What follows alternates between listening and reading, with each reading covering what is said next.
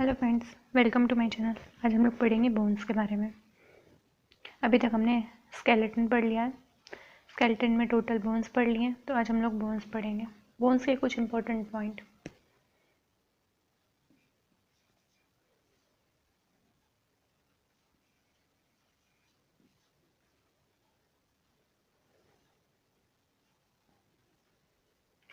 हमारी बोन्स 1/3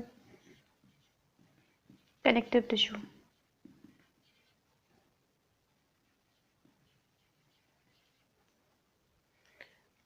और 2/3 calcium salt से मिलकर बनी होती हैं। मतलब जो हमारी बोन होती है उसमें 1/3 पार्ट क्या होता है, कनेक्टिव टिश्यू होता है, और 2/3 पार्ट जो होता है वो कैल्शियम सॉल्ट होता है। इसमें कुछ इनऑर्गेनिक कंटेंट होता है और कुछ ऑर्गेनिक। तो इनऑर्गेनिक कंटेंट में क्या क्या आता है हमारा?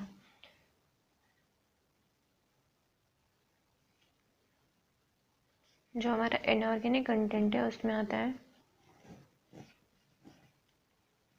कैल्शियम फॉस्फेट और कैल्शियम कार्बोनेट।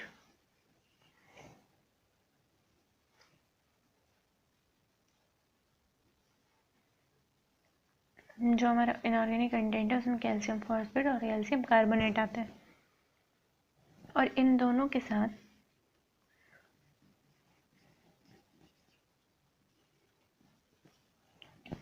कुछ अदर सॉल्ट के ट्रेसेस भी होते हैं।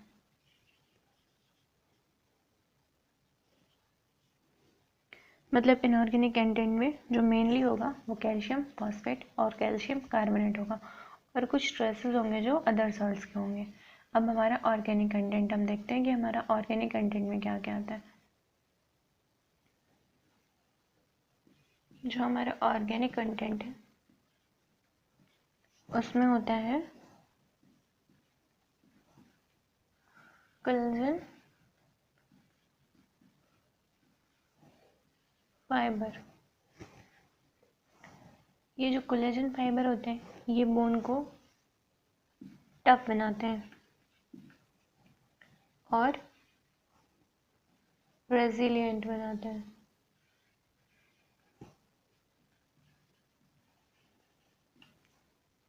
बोन को टफ और रेजिलिएंट बनाते हैं, जिससे बोन हमारी फ्लेक्सिबल होती है। तो जो फ्लेक्सिबिलिटी हमें मिलती है वो बोन को ऑर्गेनिक कंटेंट की वजह से मिलती है, और जो इनऑर्गेनिक कंटेंट होता है वो बोन को हार्ड और रिजिड बनाता है।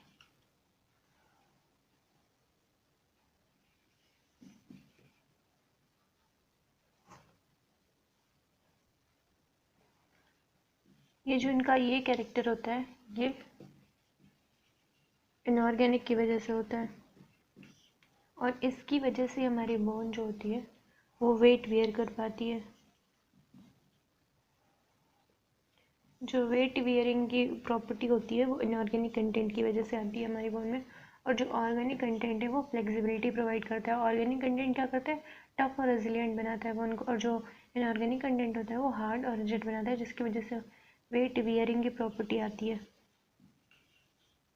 जो बोन होती है वो वेट वेयर कर पाती है। बोन के कुछ कैरेक्टर हैं जो बहुत इंपॉर्टेंट है। बोन जो होती है वो हाईली वेस्कुलर होती है, क्योंकि बोन जो होती है वो लिविंग टिश्यू होती है। ये शो करती है एक characteristic pattern of growth. Highly vascular होती है और एक ही characteristic pattern of growth show करती है। बोन में बहुत ज़्यादा जनरेशन की पावर होती है, ग्रेटर रीजनरेशन पावर।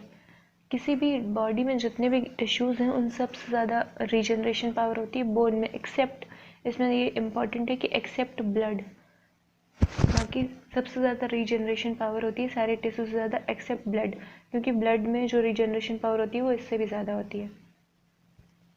ये जो होती है ये डिसयूज एट्रोफी और hypertrophy, over use hypertrophy show करती है। डिसयूज एट्रोफी का मतलब होता है कि जितना कम हम यूज़ करेंगे, जितना कम हम इससे वर्क लेंगे, ये उतनी वीक होती जाएगी, इसकी डेंसिटी डिक्रीज होती जाएगी। और ओवर यूज़ हाइपरट्रॉफी का मतलब होता है कि हम जितना ज़्यादा काम करेंगे उससे उसकी मसल्स स्ट्रॉन्ग होती जाएंगी और बोन की डेंसिटी इंक्रीज होती जाएगी और बोन की स्ट्रेंथ बढ़ती चली जाएगी, तो बोन स्ट्रॉन्ग होती जाएगी। अब हम पढ़ेंगे बोन के फंक्शन। अगर हम स्ट्रेंथ देखें तो बोन को हम कंपेयर कर सकते हैं स्टील और आयरन के। तो in strength the bone is comparable to iron and steel, मतलब जो बोन की स्ट्रेंथ होती है वो आयरन और स्टील के कंपेरेबल होती है। अगर हम बोन को एसिड में रखेंगे तो जो उसका इनऑर्गेनिक कंटेंट होगा वो रिमूव हो जाएगा। एसिड में रखने से इनऑर्गेनिक कंटेंट बोन का रिमूव हो जाएगा, जिसकी वजह से बोन फ्लेक्सिबल हो जाएगी, इतनी ज़्यादा कि हम उसमें गांठ भी बांध सकते हैं। बोन फ्लेक्सिबल हो जाती है क्योंकि जो फ्लेक्सिबिलिटी होती है वो ऑर्गेनिक कंटेंट की वजह से आती है। तो इनऑर्गेनिक कंपोनेंट रिमूव होंगे तो सिर्फ ऑर्गेनिक कंपोनेंट बचेंगे, तो जो कि बोन को फ्लेक्सिबल बनाएंगे। और अगर हम बोन को बर्न कर देंगे तो उसका सारा का सारा ऑर्गेनिक कंटेंट जो होगा वो रिमूव हो जाएगा। बर्न करने से जो रिमूव होगा वो क्या होगा, ऑर्गेनिक कंपोनेंट उसके रिमूव होंगे। तो ऑर्गेनिक कंपोनेंट जो होंगे वो रिमूव हो जाएंगे, तो बोन जो होगी वो क्रम्पल्स इन स्मॉल पीसेस, मतलब कि छोटे छोटे टुकड़ों में ध्वस्त हो जाएगी, टूट जाएगी। हम देखेंगे बोन के फंक्शन। तो जो बोन का पहला फंक्शन है वो है, बोन जो होती है वो शेप प्रोवाइड करती है और सपोर्ट देती है हमारी बॉडी को। तो शेप और सपोर्ट जो होता है वो बोन से मिलता है हमारी बॉडी को। दूसरा, ये रेजिस्ट करती है किसी भी फॉर्म के स्ट्रेस के लिए, कि मतलब ये इतनी जल्दी कुछ भी हो तो ये अपने आप को चेंज नहीं करती, ये रेजिस्ट करती है स्ट्रेस के लिए।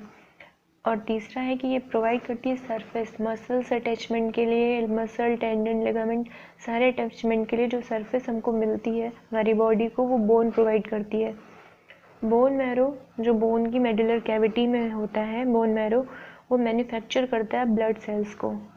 तो बोन मैरो जो होता है वो बोन में प्रेजेंट होता है, तो बोन में ब्लड सेल्स का मैन्युफैक्चर होता है। ब्लड फॉर्मेशन में भी बोन हमारी हेल्प करती है। हमारी बॉडी का 97% कैल्शियम और फास्फोरस जो होता है वो बोन में प्रेजेंट होता है। 97% calcium and phosphorus of the body present in the bone. तो जो बोन में हमारी बॉडी का 97% कैल्शियम और फास्फोरस प्रेजेंट होता है। बोन जो होती हैं उसमें ये इंपॉर्टेंट फीचर है बोन का कि उसमें रेटिकुलो एंडोथेलियल सेल प्रेजेंट होती हैं जो कि फैगोसिटिक नेचर की होती हैं।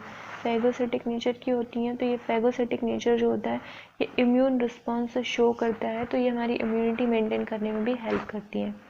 तो ये दोनों बहुत ही इंपॉर्टेंट है। 97% calcium and phosphorus of the body present in the bone and bone contain reticulo endothelial cell, जो कि कैसी होती है, फैगोसिटिक नेचर की होती है, जो कि इम्यून रिस्पॉन्स शो करती है और हमारी बॉडी की इम्यूनिटी मेंटेन करने में भी बोन हमारी हेल्प करती है। अगर आपको ये वीडियो पसंद आया हो तो प्लीज़ लाइक करें, शेयर करें और सब्सक्राइब करें। ये सारे काम बिल्कुल फ्री हैं और अपने दोस्तों को जितना ज़्यादा हो सके शेयर करें। चलिए फिर मिलेंगे नए वीडियो के साथ। Bye bye.